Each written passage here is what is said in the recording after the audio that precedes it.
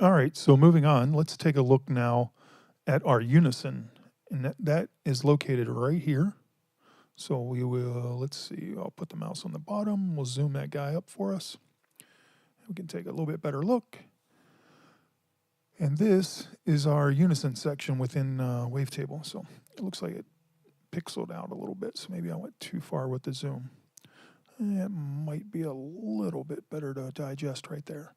All right, so we've got a poly and mono options right there, and then you've got your voices here, 2, 3, 4, 5, 6, 7, 8. You guys can count, and then you've got your adjustment for your volume, your glide amount, milliseconds, if you want the notes to glide through to each other instead of, step through. And then down here, of course, what we want to talk about is our Unison. Now, something to be aware of with Unison comes a little bit of responsibility, because when you deal with Unison and voices and things like that, it really starts to ask your CPU, to carry a heavy load.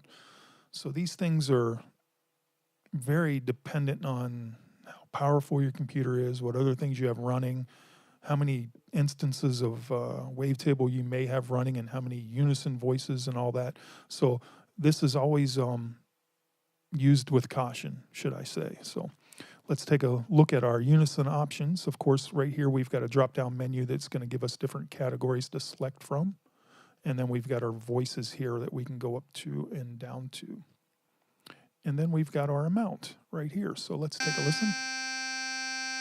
I will check out the first one here, which is classic. And we will add some voices to taste.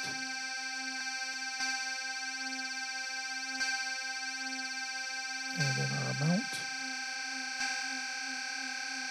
You can kind of hear that shimmery, shaky tremolo or vibrato kind of sound near the top there. Bring the voices back down. Don't want to crash. I know I've got the screen capture software going and I don't want to push things too far.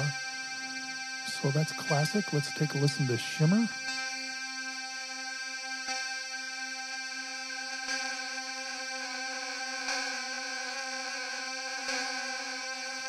Pretty cool, right?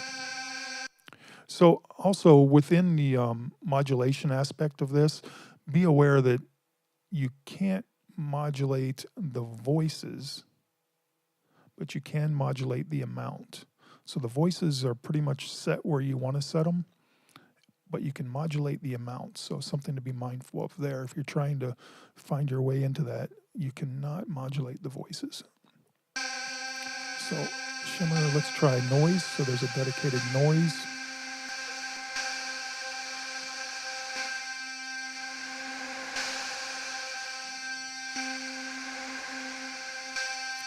Pretty sweet. Bring this guy back down.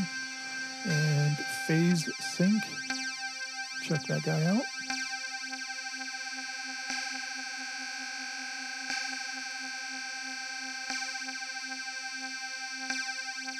All right, what else do we got here? We have position spread.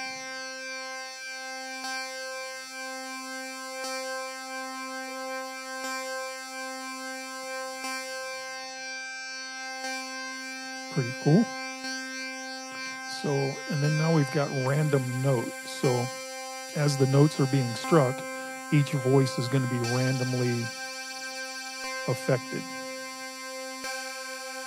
You can kind of hear that, at least in my studio speakers, I hear them bouncing back and forth a little bit on me. And of course, the further I push the amount, the bigger that effect becomes.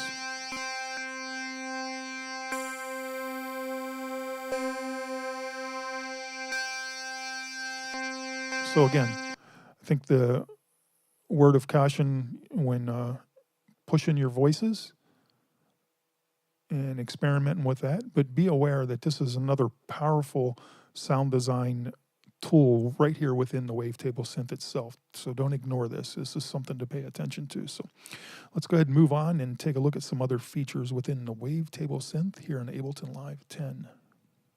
Oh, you know what I need to do? Zoom out. Got myself so zoomed in I couldn't get over to the other screen. All right, guys, see you in the next lesson.